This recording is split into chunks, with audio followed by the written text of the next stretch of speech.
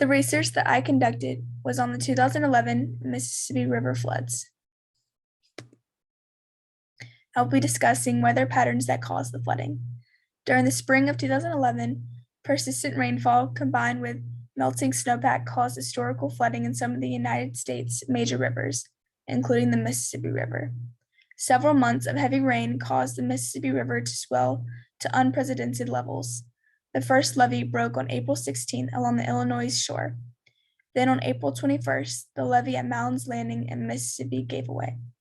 Over the next few weeks, essentially the entire levee system along the river had collapsed. Next, I will be discussing the magnitude of the flooding in space and time.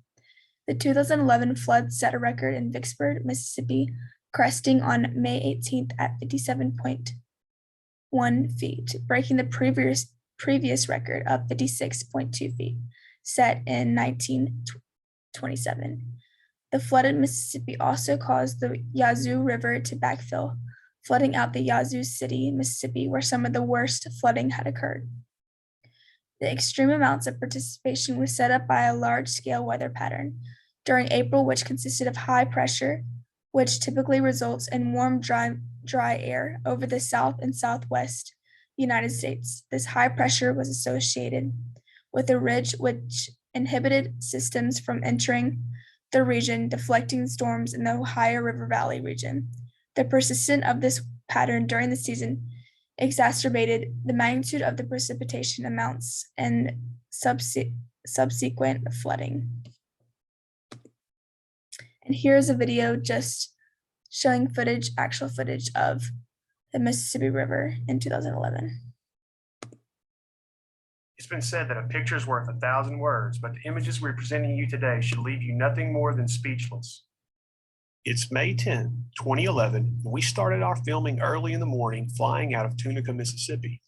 As we approached the levees, we witnessed firsthand the ongoing battles described by Mississippi Governor Haley Barbour, who discussed the state of Mississippi's concerns over possible levee breaches along the Mississippi River, not due to faulty construction, but rather the sheer magnitude of Mother Nature's force, which left nothing in its path unscathed.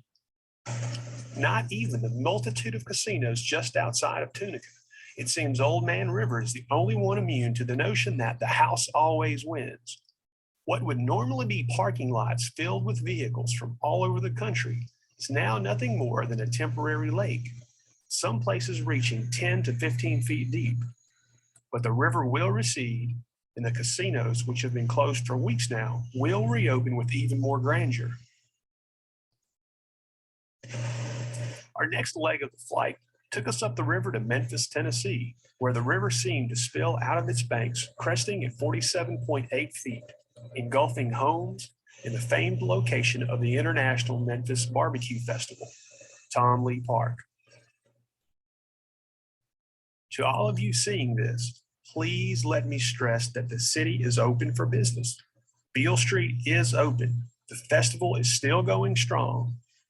Yes, the flood may give us inspiration for a new blues song, but the city is far from closed.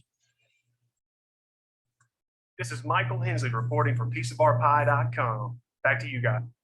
And that is it. Thanks for watching.